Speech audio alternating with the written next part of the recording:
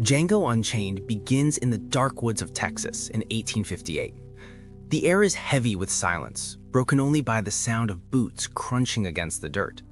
A chain gang of enslaved men trudges forward, their ankles bound together with iron shackles, their bodies weakened from endless travel. Among them is Django, his back marked with deep scars from years of whippings, his eyes carrying both pain and a quiet determination. He is being marched alongside others by two white traders, the Speck brothers, who plan to sell the man like cattle at the next auction. Through the trees comes the sound of hoofs. A strange wagon approaches, decorated with a giant plaster tooth that wobbles with every bump of the trail. The rider is Dr. King Schultz, a German immigrant who once worked as a dentist but has reinvented himself as a bounty hunter. Schultz speaks with impeccable manners, his tone polite yet sharp, his curiosity precise. He stops the Speck brothers and explains he is searching for a particular slave who can help him with his work. He asks about Django. The Speck brothers mock him, refusing to cooperate. Schultz, however, is not a man to be denied. In an instant, his calm demeanor shifts. He pulls out a hitting weapon and shoots one of the traders dead, startling the enslaved men. He then frees Django, much to the shock of everyone present. Schultz explains that Django once worked on the Plantation, where the Brittle brothers, a trio of wanted criminals, were employed as overseers. He needs Django to help him identify them. Thus begins an unlikely partnership. Schultz offers Django something unheard of, not just freedom, but respect. He treats Django as an equal, pays him for his help, and even gives him the chance to ride a horse. For the first time in his life, Django sits tall in a saddle, a man no longer walking barefoot in chains, but moving freely under the open sky. The two men set out across the South. Schultz teaches Django the art of bounty hunting. He shows him how to track fugitives, how to read wanted posters, and how to aim and fire with precision. Django proves himself to be a quick learner and a deadly marksman. The first time he kills a man, Django does it without hesitation, channeling years of anger into a single pull of the trigger. Schultz recognizes his talent and admires his determination. As winter passes, the two men hunt down the Brittle brothers. They find them in a field where enslaved workers toil under the sun. Django's fury explodes when he sees one of the Brittles preparing to whip a young woman. In a flash, Django shoots him dead, then hunts down the other two brothers with cold, calculated vengeance. Schultz watches, impressed by Django's resolve, but aware of the personal fire that drives him. With the Brittles dead, Schultz honors his promise and grants Django his freedom. But their bond has grown beyond a simple deal. Schultz proposes that they remain partners.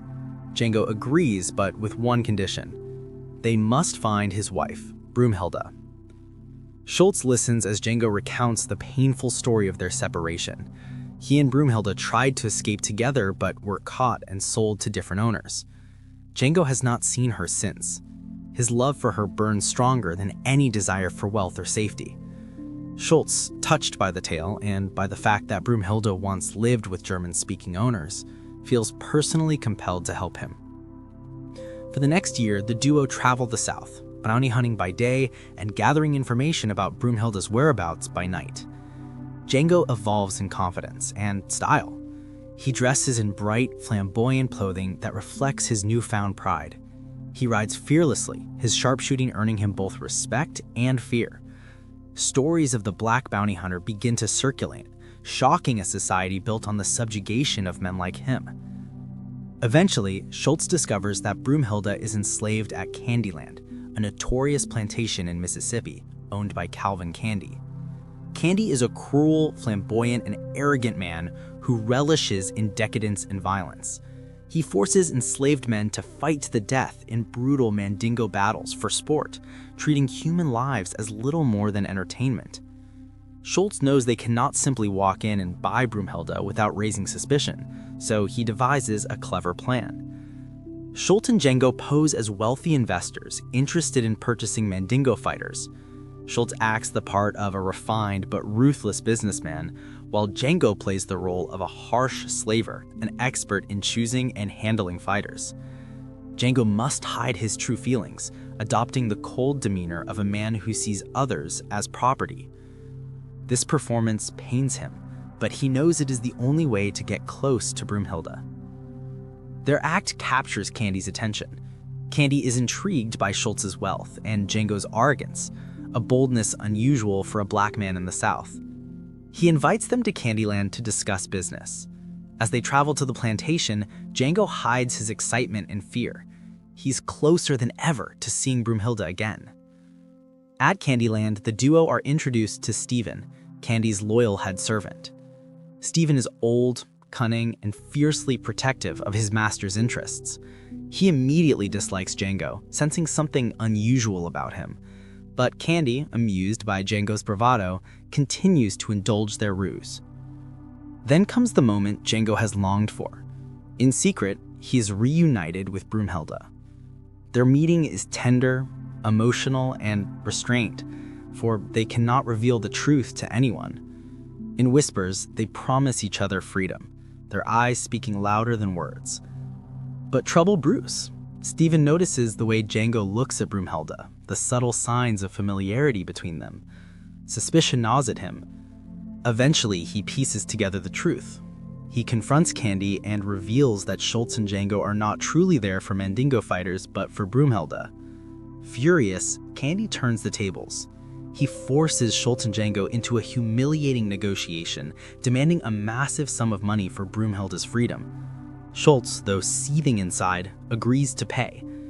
The deal is finalized, but Candy, reveling in cruelty, insists on one last gesture, a handshake to seal the transaction. Schultz, his patience finally exhausted, refuses. His hatred for Candy's sadism boils over. In a sudden, explosive moment, Schultz draws his hidden pistol and shoots Candy through the heart. Almost instantly, Schultz is gunned down by Candy's men. Chaos erupts. Django grabs his weapons and unleashes hell. Bullets fly as he takes on dozens of armed men, his skill and fury unmatched. Bodies fall around him as blood stains the grand halls of Candyland. But despite his brilliance, the odds are overwhelming. After a long and brutal shootout, Django is forced to surrender. Captured and beaten, Django is condemned to a fate worse than death. The remaining Candymen plan to send him to a mining company where he will toil underground until he collapses. Steven ensures this punishment is carried out, mocking Django with vicious glee. But Django's spirit is unbreakable.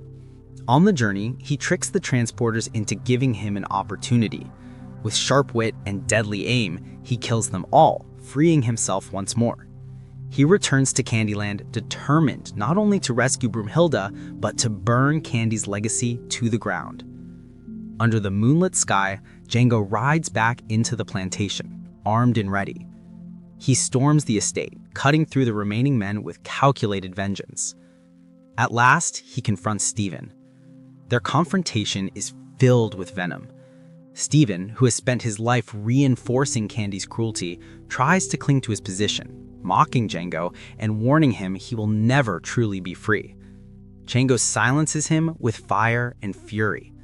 He lights a fuse and leaves Steven behind, watching as Candyland erupts in flames, its grand mansion collapsing into ash. With Broomhilda by his side, Django rides away from the inferno.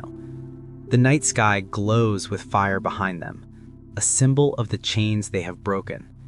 Their love, once torn apart, is now restored.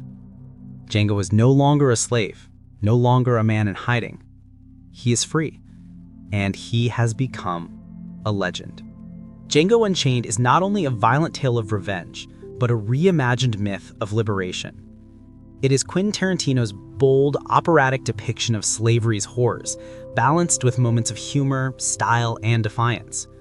Through Django's journey, the film explores the strength of love, the thirst for justice, and the triumph of a man who refused to remain chained.